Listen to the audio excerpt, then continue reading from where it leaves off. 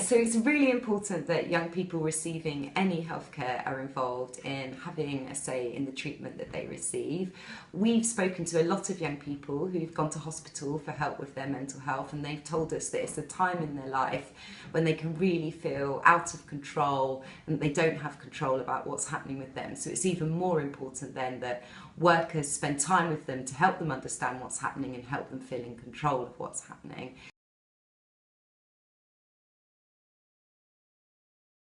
So young people are experts in their own life. They're experts in the problems that they're facing on a day-to-day basis, and they're experts in the kind of challenges they might have experienced in life that have led them to having those struggles and needing support and needing to go to hospital. And it's that expertise that young people have about themselves and about their own lives that needs to work in partnership with the expertise doctors have about treatment, so that together they can make a decision about what is the best course of treatment for a young person to receive to help them deal with the problems and reach the goals that matter to them.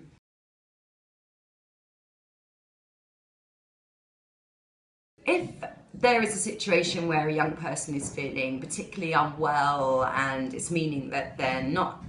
able to get fully involved in making decisions about what should happen to them, about the best place for them to get treatment and what that treatment should look like, then it's really important that they're able to get involved over time as soon as they're able to, in the stages that they're able to. So it's about making participation part of relationships with young people and part of the culture of services, rather than something that just happens at set times within someone's journey. So working with the young person to understand where they're at and at what stage they can become more involved. It can also be about planning.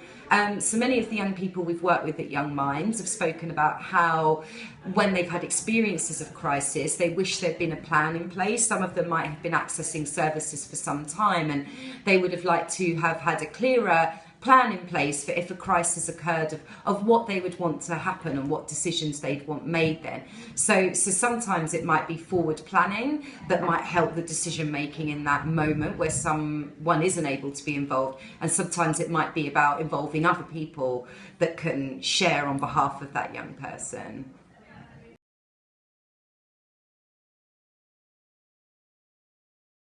At that moment when a decision needs to be made and they're not able to be involved, there are often other people, especially parents or a social worker, who might be able to help make decisions on behalf of that child and actually talk about what they understand about the child's situation and priorities and what might be in the best interests of those child. So it will be about working with those other people who really understand what the young person's experiencing on a daily basis, what their priorities are, and involving them in decision making.